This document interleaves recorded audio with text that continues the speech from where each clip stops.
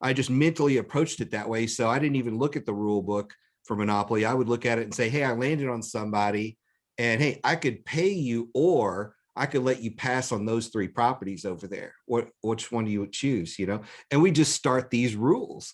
And that's where my dad was like, nope, I'm out. He's going to totally trash this game here in a minute. And, but yet I'd walk away with most of the properties, because you got to think outside the box. And I think, that kind of leads into the session we're going to be talking about today, thinking a little bit outside the box instead of following this checklist that everybody else is following. Because guess what? Everybody else is losing. Wow. I mean, most people are losing. So why in the world would you want to follow the same checklist that everybody else that's losing is following? That makes absolutely no sense when you step back and look at it, but it's really hard when you're deep inside it to really see that forest through the trees. So absolutely. So we'll go ahead and get started. Hey, everybody, this is Jenny Clark with Solvability. We're here at GovCon Summit, and I've got the amazing Michael LeJeune on to talk about 5 months versus 5 years. And boy, there's so many companies that get into federal contracting and they believe the hype. Oh yeah, you get a government contract, all you have to do is back up the truck to the warehouse to collect your money. Well, here's the deal. That doesn't happen. It's not a super profitable industry to be in. Most of the people that are in it are going into it because they have a commitment to that area. They have depth in that area, some familiarity. They know how to do it because maybe they worked with a big company or they worked in the military to kind of understand that culture and how it works. And the other reason they do it is federal contracting. If you're good at it, you can win multi-year contracts and have a pretty stable business. The government pays on time. And if you're good at pay for, you could be very good at government contracting, but first you got to win. And if you spend 5 years trying to win one contract, you're not going to survive. The lead time for government contracting, if somebody said, well, I'm going to go get a government contract next month, I'm like, not a federal one, you're not. It can be 18 to 24 months before somebody can get their first federal contract. The other thing is there's a prime contract direct with the government, and there's a subcontract where you're working for a Lockheed or a Boeing or Raytheon or somebody like that. So it's a big game, and I just want to turn it over to Michael LeJeune to talk about 5 months versus 5 years, because this is all about acceleration. I don't want to see anybody wasting their time or energy when they could be working with Michael LeJeune. Thanks, Jenny. I appreciate that. And, this is one of the sessions that is actually not in the book. This was a podcast. I think it's one of your favorite podcasts, Jenny, and that's why we wound up doing this as a session today. And so it may be a little bit shorter, but that'll leave some time for some really good Q&A. But for those that don't know me, my name is Mike LeJeune. I am a partner over here at RSM Federal. I run the Federal Access Program. And if you are on LinkedIn and connected to me, you likely see a video of me almost every single day. And so that may be how you know me. You may know me from the podcast, Game Changers for Government Contractors, or one of the books that we've written. I'm kind of the mastermind behind all the books we write. I did that in a former life. I helped write books with folks like Dan Kennedy and Steve Forbes, Brian Tracy, a bunch of big names that are out there. And so I kind of learned that whole book writing, publishing industry a lot and brought it into here. And in fact, we were talking about the game of Monopoly before the session and how I really operated from a place of no rules for a really long time.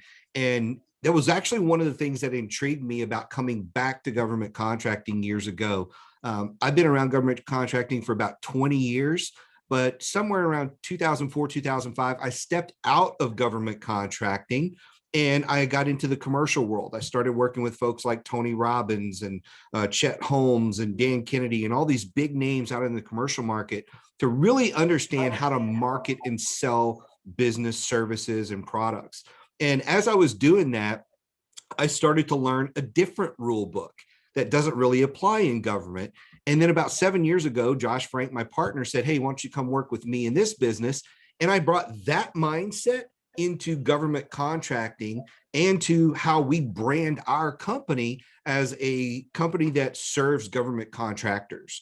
And so the rule book is very different in the commercial market. And so I actually threw that one out as well. And we just operate in a very different way. You'll notice that from a lot of our peers, and I don't take away anything they're doing. We just do it different. It's very much how we like to operate, and it's very comfortable for us. And so I kind of appreciate standing out in the crowd like that. So today's session that I want to talk about is really about how you can speed up by slowing down. That's really the concept here, because if you look at the stats, the SBA will tell you that the majority of companies never make it to year 3. And out of the ones who make it to year 3, fewer of them make it to year 5. And I think Doc said in his session yesterday, almost no one makes it to year 10. Right? And so when you look at that, you know the odds are stacked against you right out of the gate being a small business. Then you put that up against how long it takes to win a government contract, which is not necessarily quick. So in the government contracting realm, it may take you 6 months to a year to even learn the business, much less win your first contract. I've talked to people that have been in government contracting for 3 to 5 years and still don't have their first contract because they can't figure it out. So if you put that, the difficulty of learning the market next to the difficulty of just being a business owner, it really does stack the odds against you. And so what I always tell people is, look, instead of focusing on winning a contract today and trying to nail this down, let's take a step back. Because typically when somebody reaches out to us, they always say, look, we want to go faster. We want to win contracts faster. We know we can win faster. There's so much out there, and I just want to do this quicker, and I need you to help me do it quicker. Well, I have to slow you down and say, well, what's your foundation look like today? Because I can't necessarily help you build a house starting on the second floor. So like if you haven't laid the foundation, it's very difficult for me to come in and say, okay, well, we can win a contract when we don't have all of these other pieces that you need. So what do you need to do?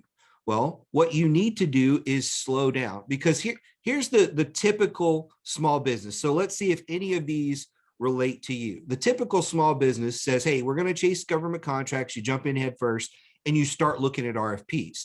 You may not even know what an RFP is, how an RFP works. You may not have any clue, and that's okay. So you start looking at RFPs, then you decide to start responding to RFPs. And a lot of times, guess what happens? You lose RFPs. You don't know why you lost. You don't know what to do. You don't know about debriefs and informal debriefs and all that kind of stuff. And so at some point you realize, hey, RFPs are wired for other people, so I need to go another route. What's the other route? You probably don't even know what to do. So you start looking for other options. And so most of the time, your goal at this point is, hey, I want to be the company that these things are wired for, but how do we do that? What relationships we have? Oh, we don't have relationships with a lot of these organizations. And oh, by the way, you're not just chasing one organization. You're chasing every RFP for every organization. Maybe you're chasing 10, 12 NAICS codes, and you're really getting desperate, usually in that 3 to 6 month, maybe that 6 to 9 month window. It just kind of turns to desperation. You start to throw up your hands. Maybe you start to look at commercial work and different things, and you wind up just frustrated. I hear that scenario over and over and over again, probably 15, 20 times a month from people, where that is how they got into government contracting. And now they may have gotten lucky and hit a home run, because this is a scenario that happens all the time. I am already a government contracting employee. Let's say I work with Raytheon or something like that. I'm on site with a client. I'm doing a good job. And the client says, hey, Mike, if you had your own company, we would buy from you. And you go, I'm going to go start a company. You jump in, you win your first contract, and you think they're all going to be that easy. Then you can't win a second one. And so that's a very common situation that small businesses find themselves in. So what do you do? What do you do when you're not winning and you just don't know what to do? Or you're winning here and there, but it's very sporadic. You don't necessarily have a plan. And now it's time to take a step back and figure this out. So we slow down, and the first thing we do is we look at our market strategy. Do we have a strategy? Because a lot of people don't have a strategy. They have a collection of tactics. And so a tactic is, we're going to make phone calls, we're going to respond to RFPs. That's not a strategy. Your strategy needs to focus on your 2 or 3 main key agencies. So let's focus on that, Because guess what? It's hard to learn 30 agencies. It's not near as hard to learn 2 or 3. So we narrow our focus and we say, okay, look, what's the service we do better than anybody else on the planet? Or at least as good as the top tier. What's our best service that we provide, or our best product, whatever it may be? And we start to focus again. We get narrower and narrower with our strategy so that we can then say, look, our strategy is we want to work for the Army and the Air Force at the headquarters level, and we want to sell them these IT services, or cybersecurity, whatever your services are. That's what we want to do. And our strategy is to grow to $1 million over the next year by working with those agencies, selling this service, and accumulating these particular clients. That's pretty vague strategy there, but now we're starting to narrow it down, and now we can look at the tactics in there. So step one, we really do need to look at our strategy and say, hey, do we have a strategy? Is it a valid strategy? Then how do we validate the strategy? Well, next, you start to validate it by actually starting to gather some data. I talked yesterday in my session about building your pipeline of using beta.sam. Beta.sam has so much information in the data bank. You can go in there and grab data and start to decide, hey, yes, I think the Air Force buys my services, but now I know they do. And so you can start to validate your strategy there. There's a lot of other great sources, whether you're using, bid matching systems like GovWin or other things that are out there. Federal Compass is another one that I've seen a lot of people using. USA Spending is another source. So you can use all these sources to start to validate your strategy to say, hey, does this make sense? Are our assumptions right about who our ideal client is? And then guess what you need to do? You need to start learning who your ideal client is. One of the ways you can do that is in BetaSam. You can actually go inside there, just start pulling them up and looking at the contracting officers. And again, I talked a lot about this in yesterday's in yesterday's session. Go in there. Their contact information is right at the bottom of all those RFPs, but go to their websites, look at what's going on in there, look at their forecast, go and grab the president's budget. Did you know there's a document out there they update every year called the president's budget, where you can go and look at all of government as a whole and kind of go through that. You may grab some nuggets out of that. You can do some research to find out who is actually buying what you sell and get to know who they are. Find those players. We talked yesterday again about talking to the small business office and all that kind of stuff.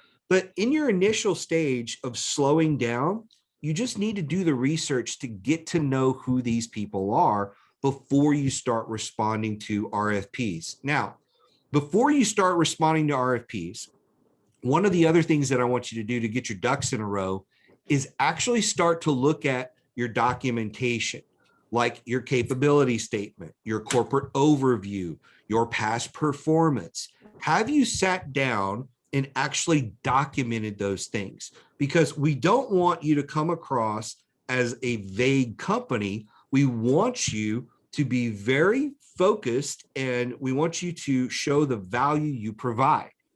Because it doesn't help a whole lot if you just say you're an IT services company. Well, what value do you provide as an IT services company? And while you're getting your documentation cleaned up, that's one of the things you need to figure out. What value do you provide? And that goes in your capability statement, your corporate overview, your past performance write-ups. It even goes in your resumes for people, not just the things they did, but what value did they provide? Those are really important tasks that you need to look at. Another thing is your bid, no bid process. Do you have one of these? Because again, I see too many small companies that are trying to bid on everything that comes across their plate instead of being very selective about it. I would rather you be focused and winning 80% of the things that you go after than chasing everything under the sun. So do you have a bid, no bid process? And it doesn't have to be a 30-page checklist. It could be 9 questions, 6 questions. One of those questions should be, do we actually know this organization? Do we have any intelligence about this organization that we're about to spend time, energy, and resources on writing an RFP for? Do we actually have some intelligence on them? What are the gaps? That's another thing. When you're going through and looking at an RFP, Are you looking for the gaps? And Josh actually was on with a client yesterday. He said, I want you to write that on the RFP. Gap. Here's another gap.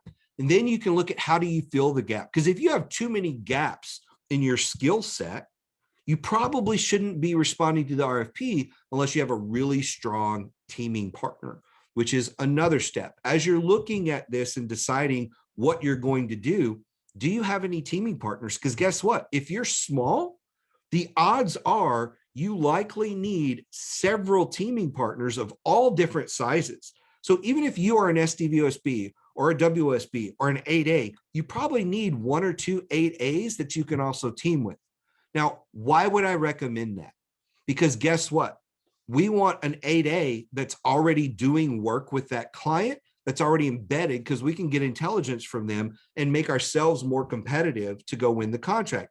And guess what? If you just started that 9-year process as an 8A and they are in year 7 or 8, guess what? They're about to graduate. They need a partner like you that they can work with now so that when they graduate, they've got several years that they can still chase 8A opportunities. So there's a lot of reasons to have teaming partners that have the same status as you have, as well as ones that are different. Because if you're an 8A and you're wanting to chase work at the VA and you don't have your SDVOSB, you want an SDVOSB partner.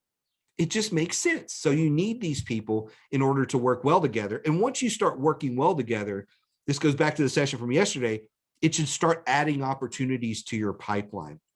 So this is all the kind of stuff that you want to focus on when you're getting your ducks in a row. Relationships, value, all those sort of things. And looking at simple things like your certifications. Do you have the right certifications? Let's say you are a service disabled veteran-owned business, but you haven't gone and got your CVE yet. That's one of the things you want to knock out. If you're doing your research and you realize, hey, everybody that buys this service that I want to target uses GSA, that's something you want to initiate because it takes a while to get your GSA schedule. Those are all things that take time. Now, one that I want to talk about real quick again is the 8A. I do not recommend under any circumstances that you come out of the gate and get your 8A. You will likely waste the first 3 to 5 years of your 8A if the first thing you do is go and try to get that. So I recommend you spend 2, 3, 4 years in the government learning that, so that once you start the clock on that 8A, you're going to maximize that 9-year period, because you can only stop it once.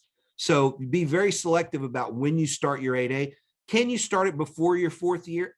Absolutely. You could start it at the end of your 1st year. You can start it any time, but you want to start it once you really have a good strategy, a good foothold in what you're doing, so that you will maximize this thing. Because that's really the name of the game here, is maximizing all of this effort. Okay. None of this stuff is hard.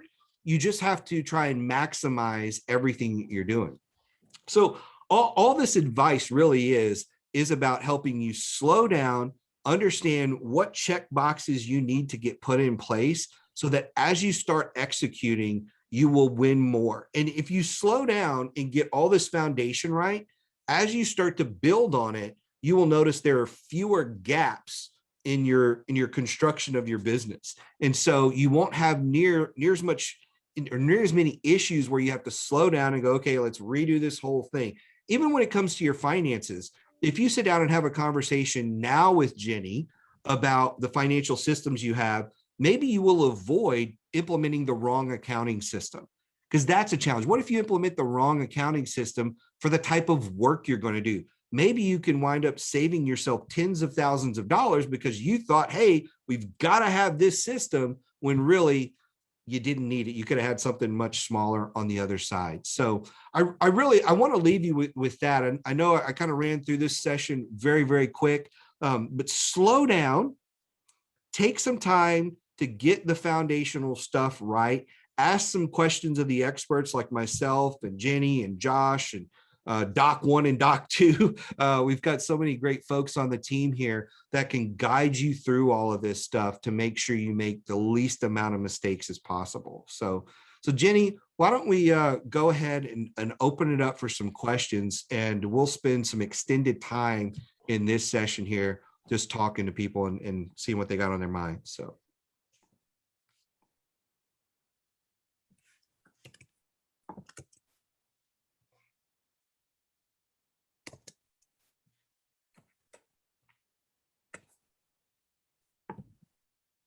I think you're still muted, Jenny. Jenny, I see you're muted. There you go. Yeah. Awesome.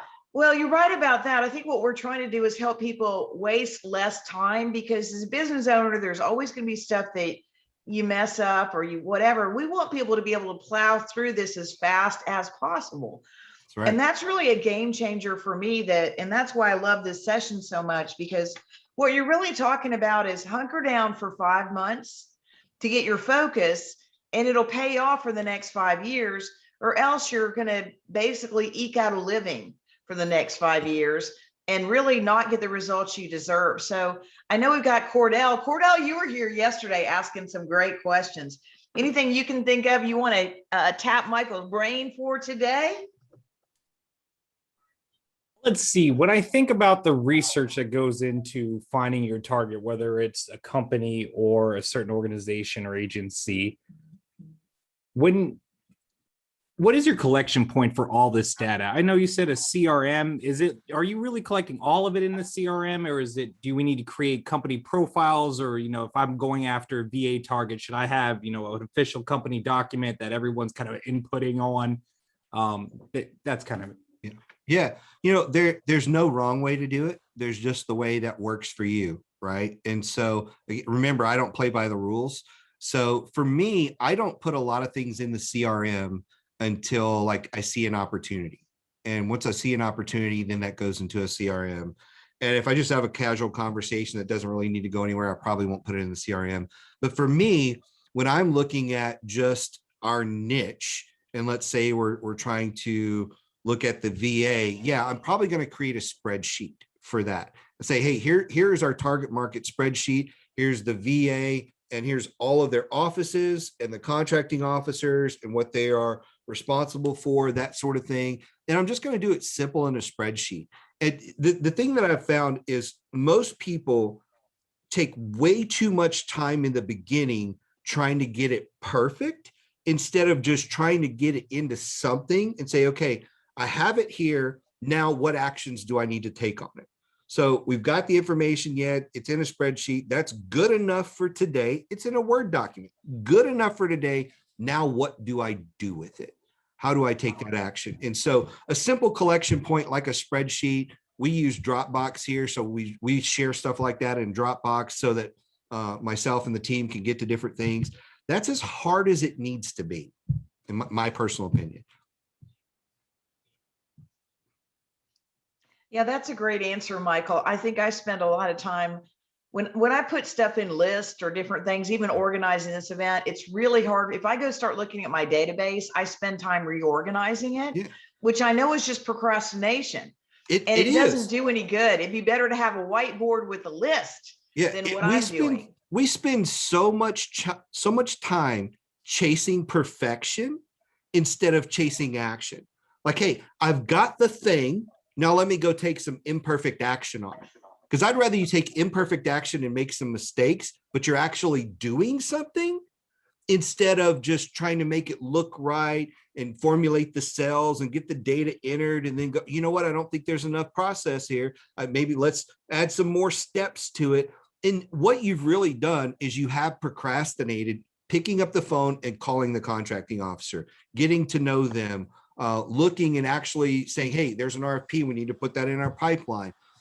There's so many procrastination activities that feel good as a business owner because we're accomplishing something by putting in a process or whatever it may be. So we've really got to stop all these procrastination activities and actually just take action and make some mistakes.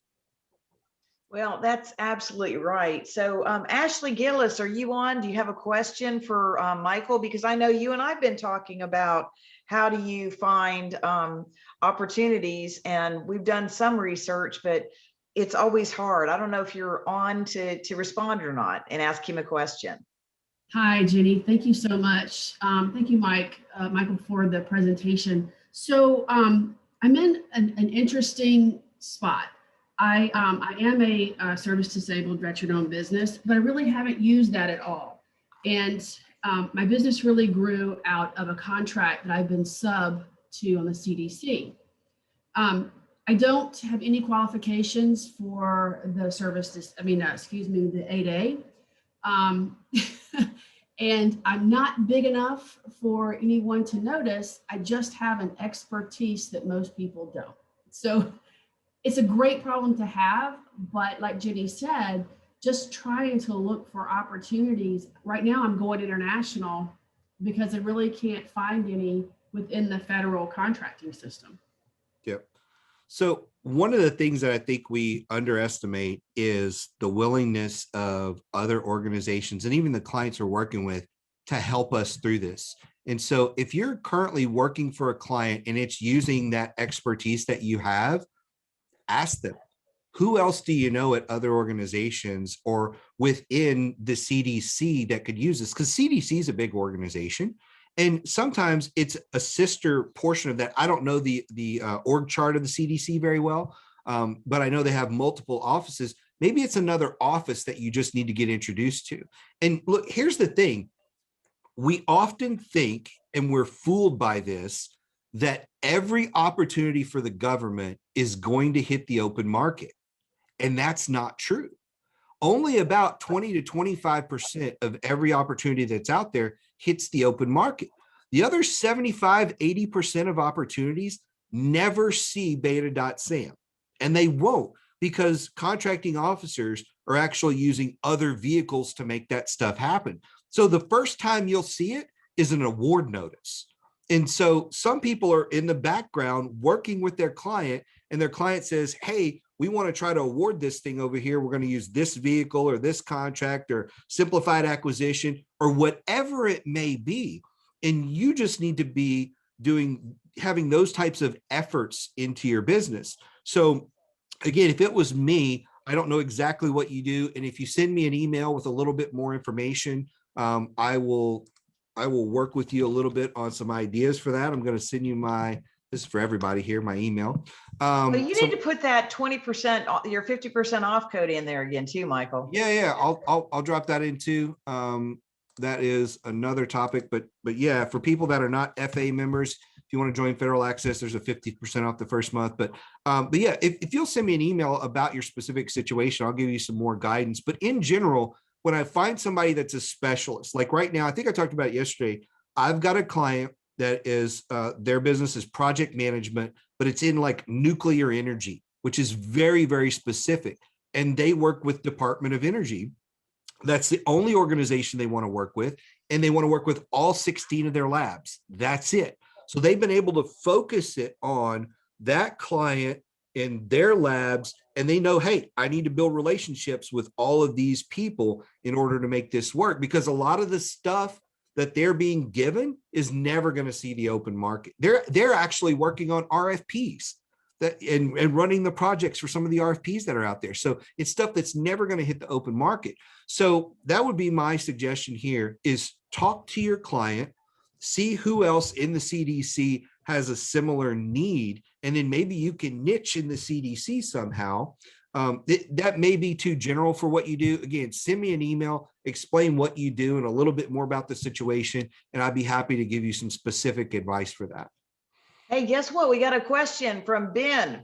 Ben, how about ask Michael your question? He's dialing in from Hawaii, right? Ooh. Aloha, yes, Ben. Yes, Miss Jenny. Hello. I don't know if you guys can hear me very well. Apologize for the shaky camera. You're perfect. I attended the, well, first, I want to say thank you for hosting GovCon. It was very informative for the last, yesterday, literally 5-10 minutes. I was like, where have you guys been all my life? Because a lot of the stuff that, well, the context and the narration was literally everything I had to do, blinded while being in the service, preparing. So just like Miss Jenny mentions, the 5 months, it's very critical because, we're all human, we make mistakes. But my question is, from yesterday, you mentioned there's specific niches where some people is just comfortable working with the state level type of stuff, like Department of Education. Mm-hmm. And that's kind of like what I'm doing right now, but moving towards it. At first, I thought I was like a one-man army that was being like, I saw these SBRs, IRs, I was like, I can do it. And it was really difficult. But it was one of those things where like I did it anyways, and I don't know what to expect, but I learned more from executing. So that way I know exactly what's the scope in, but the state level is completely different. And I don't know if there's a specific template for that, but even then I wanted to kind of get in the habit of learning how to do get a hold of the contract officers. And that's my question is like, instead of just reading, Yeah. I think I'm trying to listen to your podcast as much as I can and take a lot of notes and actually do these things. Yeah. Yeah. I'll tell you, a lot of people would disagree with me, but I think federal stuff is easier than the state and local. And the reason I think that is I've got one system that I can do across the entire country, every agency I can bounce around. It's very, very simple to follow. But when I get into state and local, I have to deal with state and then local politics sometime in addition to the systems. And then I've got to have, like if I'm dealing with California, it's a whole different set of laws. If I'm dealing with Nevada, then I've got different laws, but I've also got different systems to log into. And so there's so much you have to learn, where if you're just focused on one state, like if you were just focused on Hawaii, that wouldn't be too hard because you're just trying to learn Hawaii. But if you're trying to learn all 50 states, I think it's very overwhelming, or it would be for me to do that. And so for me, this is going to sound too simple in a way, but Google is usually my best friend with a lot of this stuff. So if I'm looking for the, Department of Education contacts in Hawaii, I'll Google it and I'll throw in the word Excel or spreadsheet, and you will be amazed at how many times there'll be a spreadsheet of all that. But guess what? beta.sam.gov has a lot of those people in it too.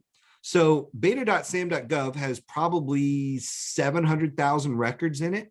You can actually go download the entire spreadsheet of everything that's in SAM, at least for a limited time only. I don't know if they're going to shut that off, but as of today, you could still download that entire spreadsheet.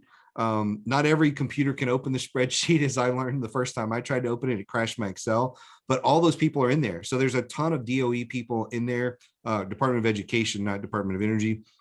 There's a lot of those people in there. If that's a niche you want to focus on, you can just do some rough searches in the system for that. But there's a lot of that in there. But I would look for the state websites that have that stuff in them, and I'd search there and just start to niche it down. It really, after about an hour's worth of research, I personally find that I can start going, okay, now I have eliminated a lot of sources. I know what I need to start searching for, and I can drill down. And depending on what you sell, you can also search by their procurement websites and stuff like that. Again, I don't deal with the state of Hawaii's, or I really don't deal with any state level stuff, but most of them have their own procurement sites and things. It's not too hard. Again, if you want to send me an email with your specific questions about it, because I know we don't have time to get too deep into that rabbit hole, but if you want to send me an email, I'd be glad to kind of go back and forth with you to help you figure that out a little more. Yep. Thank you very much, Michael. You literally, it's like you knew me already. It's literally everything I've done. And I'm not from Hawaii. I was born and raised in Oklahoma, and I grew up in Florida. The reason why I'm still here is because, based on a lot of the events, the biggest problem is modernization was infrastructure. So yeah. That's why when you said about procurement and I was able to look at the latest state legislator budget in terms of what they're trying to do, and it's more for training, but they need infrastructure. Yeah. And I was able to kind of build something out of like paper cups and bubble gum, if that makes sense. Yeah. But I think Hawaii is one of currently the most underrated states to live and work in right now. I have been approached by 5 organizations in the last 6 months that are out of Hawaii that are buying up companies and basing them out of Hawaii and attacking the government contracting realm. So there's a lot going on in Hawaii, and I expect to see a massive economic boom over the next few years out of there. So yeah. a lot I of really good stuff appreciate going on.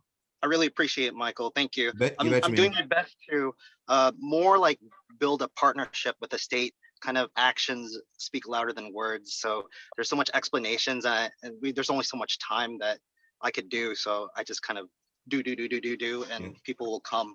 You know, Yeah, but and I Yeah, that's all appreciate. you can do. yeah, Keep well, taking action. yeah, and you know the one thing I'll leave you with on that is if you find that you're doing a lot and not getting enough traction, as Jenny would say, then reevaluate your strategy, because you could be using a lot of tactics. So I'm literally just shooting bow and arrows, guns, whatever down the line, but I don't really have a target in mind, or like my strategy is off. So if you're not getting traction, it's usually a strategy issue and not a tactic issue.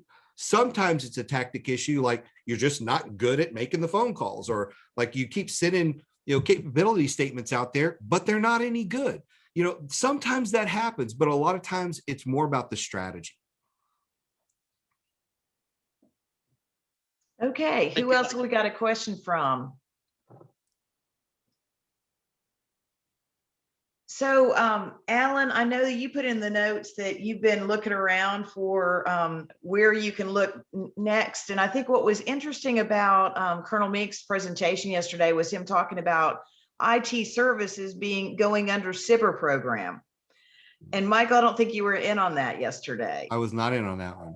But basically, he said that Air Force, through their AFWorks SIBR program, is going to start making a lot of small software projects available by a small business sitting next to an airman and writing the code. Wow. And it's awesome. Like, wait a minute, nobody knows that. And if we don't know that, I can't tell my IT people to go to the SIBR session tomorrow. Because and those type of things, it's like everything has to have a strategy, and it has to be a strategy based on, do you want to do IT work? For whom do you want to do IT work? Where do you want to locate what programs? Because the other interesting thing he brought up was the different Air Force, he called them software factories around, and like Montgomery, Alabama has the HR and business process ones. And up in Omaha, Nebraska is, I want to say something else, the strategy, but I don't really know. But I think that's one of the things that makes it so hard to learn government contracting, is people think it's one big egg, and it's so giant. You really just have to say, okay, I'm picking this. Yeah. How do you help people figure out where they want to go? I think your idea of saying 3 agencies, that's plenty. It's a good place to start. The challenge about the government, number one is, yes, it is so big, but it is small in some ways. It's really the fundamental challenge is a business challenge. It's not a government specific challenge. It's a business challenge, because the average business owner has no idea where they want to go or how they want to build their company. And I'm not saying that to make fun of business owners. I've been that guy. I've definitely been there. Like, I don't know where I'm going, what I'm doing, what I'm trying to accomplish. And it always amazes me when I run across a company and they have a very specific vision of where they're going. Matt Miller, one of the guys who wrote a chapter in Game Changers, this is a guy who, out of luck, persistence, strategy, whatever, built his first company on SBIRs. So he wrote a chapter on SBIRs and how to win them. And so he built that company up, $20 million worth of SBIRs, then sold the company. Then he thought, hey, now I'm gonna go open a restaurant, right? Well, he got in the restaurant business, hated the restaurant business. So he said, you know what? I can write SBIRs, and I know how to build a company based on SBIRs, then sell it. So he actually started looking, found a company in Denver that he was like, hey, I can do this. I like their technology. He started working with them, writing SBIRs. 6 months later, he bought the company, and now he's on the track to sell that company after doing multiple SBIRs. That's his business model right now, is, hey, I want to find technologies that I can go win these SBIRs, build the company on the government's dime, then sell it. And I just want to keep doing that over and over again. That's his business model. I would have never thought of that. And that's the route he went. So we have so many options that they almost become distractions. So being able to say, look, I just want to focus on one thing right now. I want to take some action, and then let's see where it goes. Because guess what? 6 months or a year later, you may decide to go left instead of right. Or, hey, let's keep plowing forward in this, but give it some time. So that's why I always say, start with 2 or 3 agencies, start with your top services, start there and really focus on that and learning the business. And then once you learn the business, you can say, well, do we want to grow to 20 million or 100 million, or do we just want to keep it as a lifestyle business? But get some traction so that you have some options of where you go with this thing. And that's the biggest thing is money solves a lot of problems. And when you don't have money, you have a lot of problems. So let's win some contracts, figure out our system, and then the world just opens itself up to your business and you have a lot of options at that point. And then you could say, I don't want to go right because that's just not going to be the lifestyle. I want to go left because I think that's going to be the lifestyle that I want. It's going to be good for my employees and it's a good decision for us. But get the foundation right, start making some money, and then you can have all the decisions you want. So that's my philosophy. Well, that completely makes sense. Hey, Travis Griffin, have you got any? Oh, Alan, did you raise your hand? What's up? Question for you, Mike. Can you talk to us about simplified acquisitions, right? When I go and I look for simplified acquisitions, typically on the forecast, they're only going to have anything from $1 million and up, right? That 250 threshold and below. I've been pinging people requesting information on it to no avail. So how do I, sorry, my shoulder. How do I obtain those, that listing for simplified acquisitions, or how do we, excuse me? So you're not always going to find just a list of that kind of stuff. The easiest way, in my opinion, is when you're getting to know your agencies. One of the first calls that I make to a contracting officer is to say, hey, I just wanted to reach out. Name's Mike LeJeune. I work with RSM. I've reviewed your forecast. I've talked to your small business office, a couple other things. I just have a couple of questions. Could you kind of steer me in the right direction? That's usually where I start. And one of those main questions is, do you utilize simplified acquisitions? If so, how do you do it? Because guess what?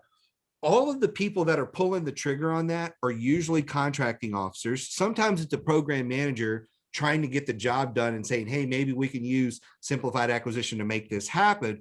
But at the end of the day, contracting officers are trying to make the decision on how they do this stuff so they don't get sued, right? That's a big part of it. Like, what contract vehicle we're going to use so we don't get sued. And so we want to talk to the people that are pulling the trigger on this, like those contracting officers, to say, do you utilize this? Now, when you're pulling data in beta.sam, sometimes you can see the value of those contracts to realize, hey, those are under these thresholds, that sort of stuff. But maybe it's a little too difficult to figure out exactly how that was done. Just ask, literally just call and ask, do you guys utilize this? Because I'm typically not looking for that method just everywhere. I'm looking in the agency I want to work with and asking them, how do you do business? Because they may say, heck no, we never do that kind of stuff. And then all of a sudden you're talking and they don't even realize they're doing it. They're doing some things on purchase cards. They're doing it other different ways. They're doing sole source set asides, all kind of different stuff. And it is what it is. So you just want to try to learn, how does your agency, your target agency, how do they do business? That matters more than who out there has simplified acquisitions. But again, in that initial conversation, that's one of the first questions I ask. Do you use a simplified acquisition, and how do you do it? Roger that. Appreciate it. You betcha.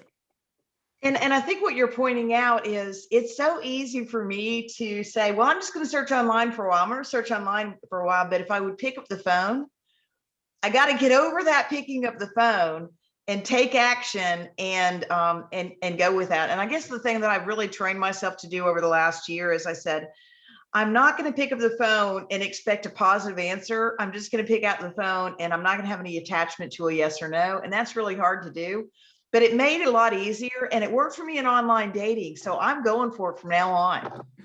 You know, and a really good point there, because the goal is not to win a contract via phone through one conversation. If you do, that's awesome. Your goal is to get on their radar, get to know them, gather some intelligence. That's your only focus. And every time you pick up the phone and I just have one or two questions, you get yourself back on the radar, because guess what? Most people, number one, won't call. They'll only send an email. That's what most people do. So you separate yourself by picking up the phone. And then if you call them back, guess what? You put yourself on the radar again. So you call them a third time, you're not going away. You stay persistent like that and you keep calling them, start building a relationship. Because look, people think that other people think about them as much as they think about themselves, and they don't. The contracting officer is going to take 25, 30 calls just like yours today. They're not even going to remember who you are until tomorrow you call back, and Friday you call back, and the next day you call back. And now you're starting to build up in their memory and they start to know who you are. But that if you only make one phone call or send one email, you're not even on their radar yet. So you've just got to be persistent about that so you can build a relationship. Well, Michael, you've just been a wealth of information today. And oh, Emily's got a question. Emily's got a question. Let's go, Emily. Hi, everybody. I don't necessarily have a question, but having been a contracting officer and worked in the small business office, I can tell you that it's the companies that continued to follow up that stayed on our radar. I had some companies and they weren't annoying about it, but they would say, hey, do you mind if I call you back in 3 months and just kind of touch base? Or do you mind if I just call you back in a few months and just tell you where we are, how things are going for us?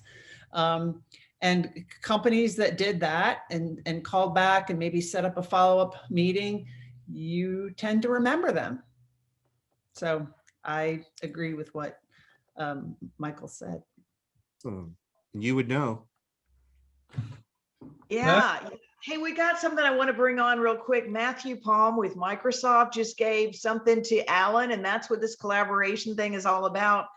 Matthew is, I guess you're a Navy veteran, right? Do you mind saying hello to everybody, Matthew? I am, yes. Thank you for having me. As Jenny said, I'm a Navy veteran. I've gone down the gov contracting route for many years, about 15 years now. Worked for large businesses, small businesses, had my own government contracting consulting company for some time. And now I'm currently working with Microsoft for Azure solutions. So I take interest in a place like this, in a forum like this, because we often look for small businesses, startup businesses to partner with. And I believe that the education for government contracting is really vital to the ecosystem. So there's a lot of things that a large company like Microsoft can't go after, and we rely on these small businesses to be able to navigate through the government contracting world. Even though, you know, we have this gigantic company at our disposal, small businesses are really true heroes to us. And you know, we love partnering with small businesses. So Jenny and I have some history, as she's the Oprah. So we really want to make sure that the small business community is equally aligned. So I appreciate your efforts, Jenny. And well, good. For letting me join. Yeah. So so anyway, I guess we've come to the end of our session. Michael, as usual, it's been fabulous to have you, and look forward to talking some more. There's still a lot going on with GovCon on the Whova app, and there's sessions tomorrow on Friday There's a CMMC, and then there's an innovation.